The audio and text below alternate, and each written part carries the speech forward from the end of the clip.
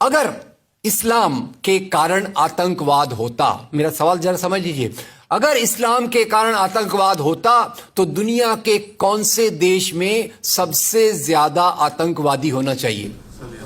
Indonesia में। Saudi Arabia बहुत छोटा है, पता नहीं हमारे बंबई के बराबर भी है कि नहीं। सऊदी अरेबिया बहुत छोटा है, सबसे ज्यादा आतंकवाद होना चाहिए इंडोनेशिया में, दुनिया का सबसे बड़ा मुस्लिम देश, वहां इस प्रकार का आतंकवाद नहीं है। नंबर 2, वो एरिया देखिए, अभी सवाल आपको बताया गया उसको याद रखिएगा।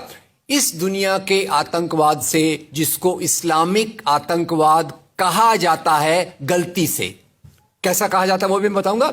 इस आतंकवाद से मारे जाने वाले ज्यादा लोग, इससे मारे जाने वाले ज्यादा लोग हिंदू हैं, मुसलमान हैं या क्रिश्चियंस हैं? मुस्लिम हैं। इस्लाम के नाम पे आतंकवाद है, सबसे ज्यादा कौन मारा जाता है? मुस्लिम। अब तीसरी बात का ख्याल कीजिए, किस एरिया में इसका लोकेशन है? This terrorism is located in which area? तो उस एरिया की मैं 3 आपको बातें बताता हूं। उस एरिया में, जिसको मैं वेस्ट एशिया कहता हूं, पश्चिम एशिया में 3 चीजें हैं। नंबर 1, वहां रहने वालों में मुसलमान ज्यादा है, यस नो? उसी एरिया में आतंकवाद ज्यादा है, उसी एरिया में तेल का खजाना है। तो आतंकवाद तेल के कारण है कि इस्लाम के कारण है? तेल के कारण है। और तेल का कब्जा कौन करना चाहता है?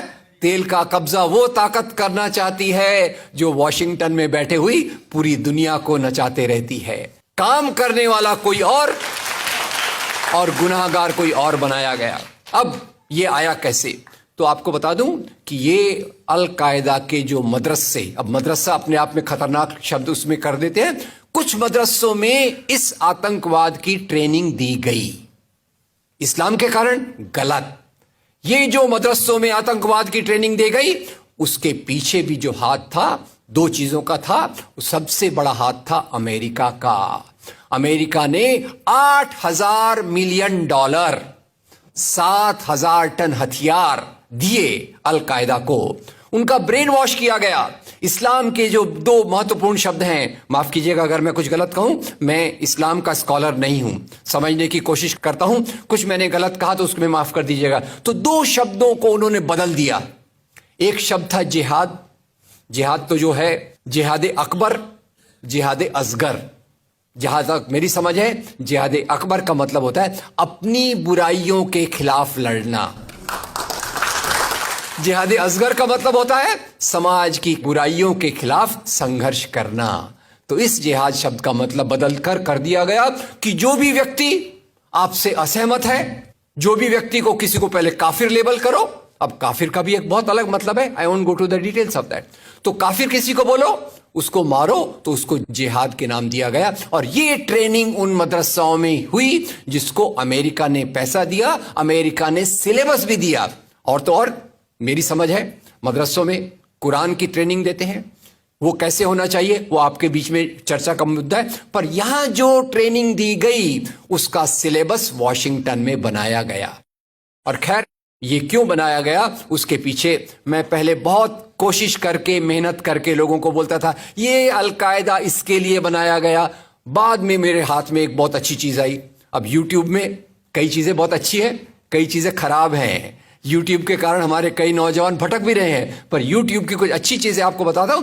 यूट्यूब में आप सर्च कीजिएगा 3 शब्दों को, हिलरी क्लिंटन अल कायदा अमेरिका, उसमें आपको 4.5 मिनट का एक वीडियो मिलेगा जिसमें हिलरी क्लिंटन बताती है, मैं नहीं कह रहा, हिलरी क्लिंटन कहती है कि हमको रशियंस के खिलाफ लड़ना था।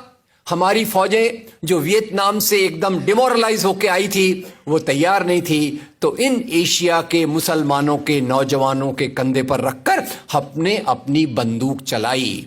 हमने अल कायदा खड़ा किया, हमारा काम हो गया, हम अपने हाथ धो लिए और हम अपने वापस आ गए। तो यानी हमने कैंसर के बीज डाल दिए, हम तो अपने देश में सुरक्षित हैं। उसका जो नतीजा भुगतना हो वो एशिया के लोग भुगते, वेस्ट एशिया के लोग भुगते। और उसी के साथ 9/11 के बाद, उसी के साथ अमेरिकन मीडिया ने एक सबसे खराब काम किया, the most anti human act in the history of Mankind. मैं पूरी जिम्मेदारी से ये शब्द कह रहा हूं। क्या किया था अमेरिकन मीडिया ने? अमेरिकन मीडिया ने धर्म को आतंकवाद से जोड़ दिया। मजहब जो मोहब्बत सिखाता है, मजहब जो इंसान को इंसान बनना सिखाता है, उस मजहब के साथ इन्होंने आतंकवाद को जोड़ दिया और एक शब्द बनाया पहली बार, इस्लामिक टेररिज्म। याद रखिए, दुनिया में आतंकवाद पहले भी हुआ है। याद रखिए आयरिश रिपब्लिकन आर्मी, याद रखिए खालिस्तान, याद रखिए नाथुराम गोडसे, याद रखिए इंदिरा गांधी का हत्यारा, याद रखिए राजीव गांधी का हत्यारा। आतंकवाद पहले भी हुए हैं, पर कभी भी मजहब को आतंकवाद के साथ नहीं जोड़ा गया। तो मैं मानता हूं अमेरिकन मीडिया ने अगर सबसे गंदा, सबसे एंटी ह्यूमन काम किया है तो इस जुमले का बनाना, जिसको कहते हैं इस्लामिक टेररिज्म। अब इसके पीछे इस्लाम का कोई हाथ नहीं।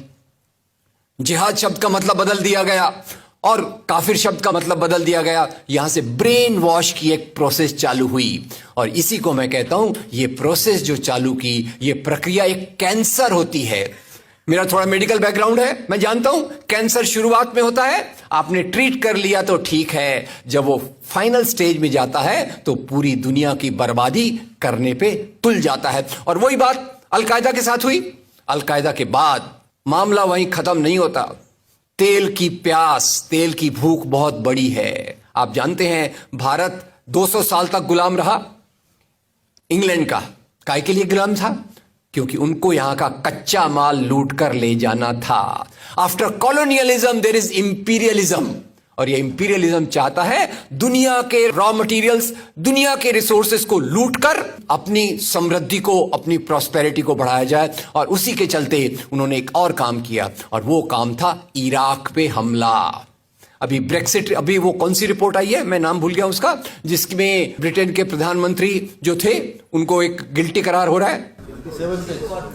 वो रिपोर्ट में पहले उन्होंने तय कर लिया कि हमको इराक पे हमला करना है, बाद में आर्ग्यूमेंट ढूंढते रहे कि भाई कौन सी बात पे हम इराक पे हमला करें। तो बोले अरे इराक के पास तो वेपन्स ऑफ मास डिस्ट्रक्शन है। उस बात पे लंबी बहस चली और यूनाइटेड नेशंस, जिसको अमेरिका ने अपने जेब में रख लिया है, उसके सहारे से उन्होंने इराक पे हमला किया। और वो इराक पे हमले के कारण जो वहां की आर्मी स्ट्रक्चर था, जो फौज का स्ट्रक्चर था, वो डिस्टर्ब हो गया। एक तरफ से वो डिस्टर्ब हो गया, दूसरी तरफ से अल कायदा की आइडियोलॉजी आई और इन दोनों को मिलाकर आईएसआईएस बना। काम है इस्लाम का नाम, इस्लाम के नाम पर जो काम हो रहा है वो वास्तव में it is a design of imperialist powers to control on the oil resources of the world. इससे गंदी बात दुनिया में कोई नहीं हो सकती कि मजहब के नाम पर एक पॉलिटिक्स, मजहब के नाम पे आर्थिक समस्याओं को अमेरिका हल करने की कोशिश